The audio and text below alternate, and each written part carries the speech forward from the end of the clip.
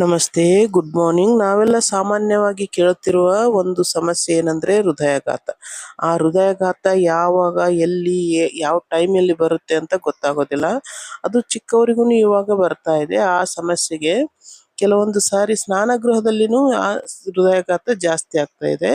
ಆ ಸ್ನಾನಗೃಹದಲ್ಲಿ ಹೆಚ್ಚಾಗಿ ಹೃದಯಾಘಾತವಾಗಲು ಕಾರಣವೇನು ಮತ್ತು ಅದರ ಪರಿಹಾರವೆಂದು ತಿಳಿದುಕೊಳ್ಳೋಣ.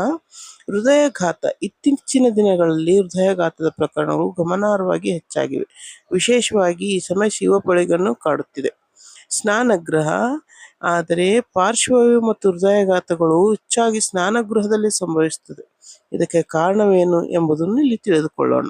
ಹೃದಯಾಘಾತ. ಬಾತ್ರೂಮ್ನಲ್ಲಿ ಹೆಚ್ಚಾಗಿ ಹೃದಯಾಘಾತ ಸಂಭವಿಸಲು ಕಾರಣವೇನೆಂದರೆ ಸ್ನಾನಗೃಹದ ಉಷ್ಣತೆಯು ನಮ್ಮ ಕೋಣೆಯ ಉಳಿದ ತಾಪಮಾನಕ್ಕಿಂತ ಭಿನ್ನವಾಗಿರುತ್ತದೆ. ಅಂಥ ಪರಿಸ್ಥಿತಿಯಲ್ಲಿ ದೇಹದ ಉಷ್ಣತೆಯನ್ನು ಸಮತೋಲನಗೊಳಿಸಲು ಮತ್ತು ರಕ್ತ ಪರಿಚಲನೆಯನ್ನು ಕಾಪಾಡಿಕೊಳ್ಳಲು ಕೆಲಸ ಮಾಡುವುದು ಬಹಳ ಮುಖ್ಯ. ನೀವು ನೇರವಾಗಿ ತಲೆ ಮೇಲೆ ನೀರನ್ನು ಸುರಿಯುವುದರಿಂದ ರಕ್ತ ಪರಿಚಲನೆಗೆ ತೊಂದರೆ ಆಗುತ್ತದೆ. ರಕ್ತ ಸರಿಯಾಗಿ ಹೃದಯವನ್ನು ತಲುಪುವುದಿಲ್ಲ. ವಿಶೇಷವಾಗಿ ನೀರು ತಂಪಾಗಿದ್ದರೆ ಇದು ರಕ್ತದೊತ್ತಡದಲ್ಲಿ ಹಠಾತ್ ಹೆಚ್ಚಳವಾಗಿ ಪಾರ್ಶ್ವವಾಯು ಮತ್ತು ಹೃದಯಾಘಾತಕ್ಕೆ ಕಾರಣವಾಗುತ್ತೆ. ಹಾಗೆ ಪಾರ್ಶ್ವವಾಯು ಮತ್ತು ಹೃದಯಾಘಾತದ ಅಪಾಯವನ್ನು ತಪ್ಪಿಸಲು ನೀವು ತಣ್ಣೀರಿನಿಂದ ಸ್ನಾನ ಮಾಡುವಾಗ ಮೊದಲು ನಿಮ್ಮ ಪಾದಗಳಿಗೆ ನೀರನ್ನು ಸುರಿಯಿರಿ. ನಂತರ ನಿಮ್ಮ ಮೈ ಮೇಲೆ ನೀರು ಹಾಕಿ ನಂತರ ತಲೆ ಮೇಲೆ ಹಾಕ್ಬೋದು. ಹಾಗೆ ಸ್ನಾನದ ತೊಟ್ಟಿ ತುಂಬ ಹೊತ್ತು ಸ್ನಾನಗೃಹದಲ್ಲಿ ಸಮಯ ಕಳೆಬೇಡಿ. ಹಾಗಂತ ಆ ಥರ ಬೇಡ. ನೀವು ದೀರ್ಘಕಾಲದ ಸ್ನಾನ ತೊಟ್ಟಿಲಿದ್ದರೆ ಅದು ನಿಮ್ಮ ಅಪಧಮನಿಗಳ ಮೇಲೆ ಪರಿಣಾಮ ಬೀರುತ್ತೆ. ಅದಕ್ಕಾಗಿ ಕೆಲವೊಂದು ಈ ಸೂಕ್ಷ್ಮತೆಗಳನ್ನು ನೀವು ನಿಮ್ಮ ಜೀವನದಲ್ಲಿ ಕಂಡುಕೊಂಡ್ರೆ ನೀವು ಅದರಿಂದ ಪಾರಾಗ್ಬೋದು.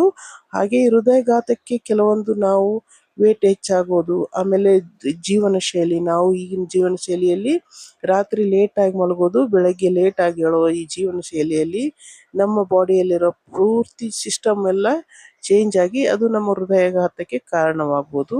ಜಾಸ್ತಿ ಹೃದಯಾಘಾತವಾಗೋದು ನಮ್ಮ ಲೈಫ್ ಸ್ಟೈಲ್ನಿಂದ. ಸೊ ನಾವು ಲೈಫ್ ಸ್ಟೈಲನ್ನು ಚೇಂಜ್ ಮಾಡಿಕೊಂಡ್ರೆ ಖಂಡಿತ ಇದನ್ನು ತಪ್ಪಿಸ್ಬೋದು.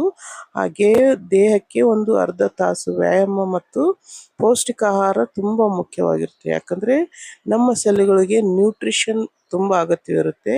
ನಾವು ಹೀಗೆ ಊಟ ಮಾಡ್ತಿರುವ ಆಹಾರದಲ್ಲಿ ನ್ಯೂಟ್ರಿಷನ್ ಕೊರತೆಯಿಂದ ಈ ಸಮಸ್ಯೆ ಇನ್ನೂ ಹೆಚ್ಚಾಗ್ಬೋದು. ಆಮೇಲೆ ಫಿಸಿಕಲ್ ಆಗಿ ನಾವು ಕೆಲಸ ಇಲ್ಲದೇ ಇರೋದರಿಂದ ಈ ಸಮಸ್ಯೆ ಹೆಚ್ಚಾಗ್ತಿರೋದು. ಅದಕ್ಕೆ ಒಂದು ಅರ್ಧ ತಾಸಾದರೂ ನಿಮ್ಮ ದೇಹಕ್ಕೆ ನೀವು ಟೈಮ್ ಕೊಟ್ಟರೆ ನಿಮ್ಮ ಆರೋಗ್ಯ ಚೆನ್ನಾಗಿರುತ್ತೆ. ಹಾಗೆ ನಿಮ್ಮ ಹೃದಯಾಘಾತದ ತೊಂದರೆನೂ ತಪ್ಪಿಸ್ಬೋದು. Thank you. Good day.